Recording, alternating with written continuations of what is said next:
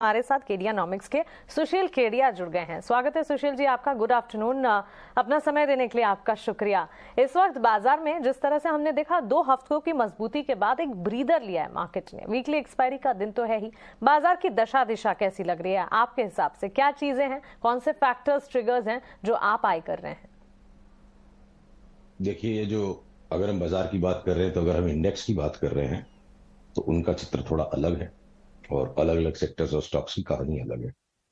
तो इंडिसेस अब मुझे लगते हैं कि जिस रैली का हम एंटिसिपेशन कर रहे थे वो अपनी हद तक अब आ चुकी है और ये रैली अब यहां से ओवर स्ट्रेच हो रही है। तो मुझे कोई आश्चर्य नहीं होगा कि आज इतनी मजबूती दिखाने वाली है इंडिसेस अचानक से सोमवार को घूम जाए या मंगलवार को घूम जाए।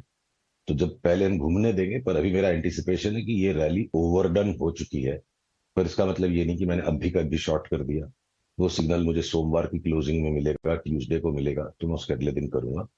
और ये अभी प्री एम्प्टिव कॉल है, पर मुझे जरा भी आश्चर्य नहीं होगा, subject to confirmatory signal coming on Monday Tuesday which we will post on Twitter.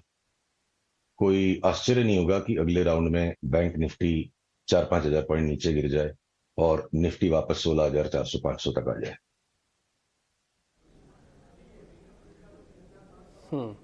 Interesting है सर। आप जब भी अपनी बात रखते हैं तो ये बात ज़रूर मार्केट में होती हुई दिखती है। खैर, आपके कई फॉलोअर्स में से एक फॉलोअर मैं भी हूँ आपका, तो जो रेगुलर आपके ट्वीट्स को देखता हूँ, समझता भी हूँ। सर, एक चीज़ मेरे को ज़रा ये बताइएगा, आपको वीकनेस अगर इंडेक्स में आएगी तो सर उसके कंपोनेंट्स के साथ ही आएगी। तो वो कौन कौन से ऐसे शेयर हैं वेटेज वाले जहां पर आपको लग रहा है कि इंडेक्स को गिराने में अब हेल्प करेंगे?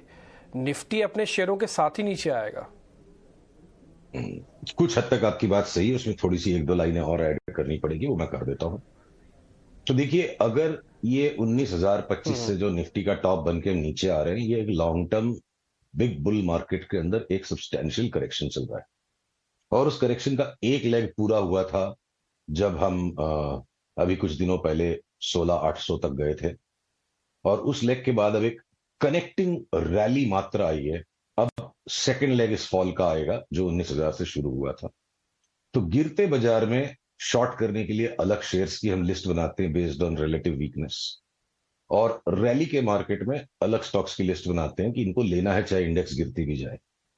तो अगर ये फॉल आना शुरू हो जाता है, आज की तारीख में वो प्रीएम्प्टिव है, मंडे ट्यूसडे को उसको रिवाइज करना पड़ेगा, तो मैं रिलायंस नहीं बेचूंगा, मैं सीमेंट के शेयर नहीं बेचूंगा, मैं रिफाइनरीज नहीं बेचूंगा, मैं अडानी के कोई भी शेयर नहीं बेचूंगा। तो बचे क्या?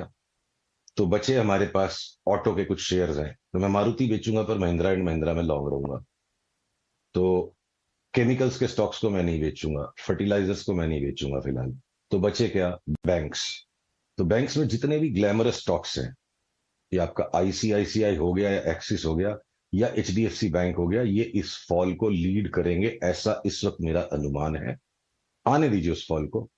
और बैंक्स अगर सबसे ज्यादा घटेंगे तब भी मैं पब्लिक सेक्टर बैंक्स को बिल्कुल नहीं बेचूंगा, क्योंकि अगले करेक्शन के बाद जहां भी जाके रुकेगा, मुझे लगता है पब्लिक सेक्टर बैंक्स में अनाप शनाप पैसा तेजी करके बनेगा। तो अर्जुन की तरह दोनों हाथ से तीर तो कोई मार नहीं सकता है। तो जिस चीज में हमें 50-60% भी कमाना है अगले 10-12% करेक्शन के बाद, तो पीएसयू बैंक्स मुझे नहीं बेचने।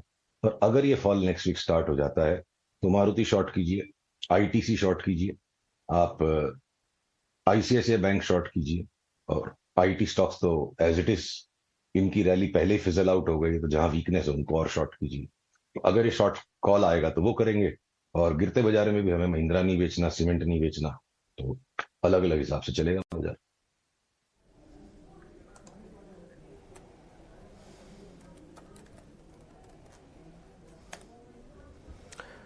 ठीक है। एक चीज़ मिस्टर केडिया मेरे को आपसे और समझनी, जैसे अभी आपने बहुत ही अच्छे से बताया कि अच्छा क्या क्या वीक हो सकता है, और आपको थोड़ा बैंकिंग के जो बड़े नाम है उस पर डाउट है। सर, एक रैली ना काफ़ी दिनों के बाद आई है, थोड़ा प्रॉमिसिंग लग रही है, वो फार्मास्यूटिकल्स की है। चारों तरफ ना चर्चा सी होने लगी है। मैं चर्चा पे नहीं जा रहा, मैं सिर्फ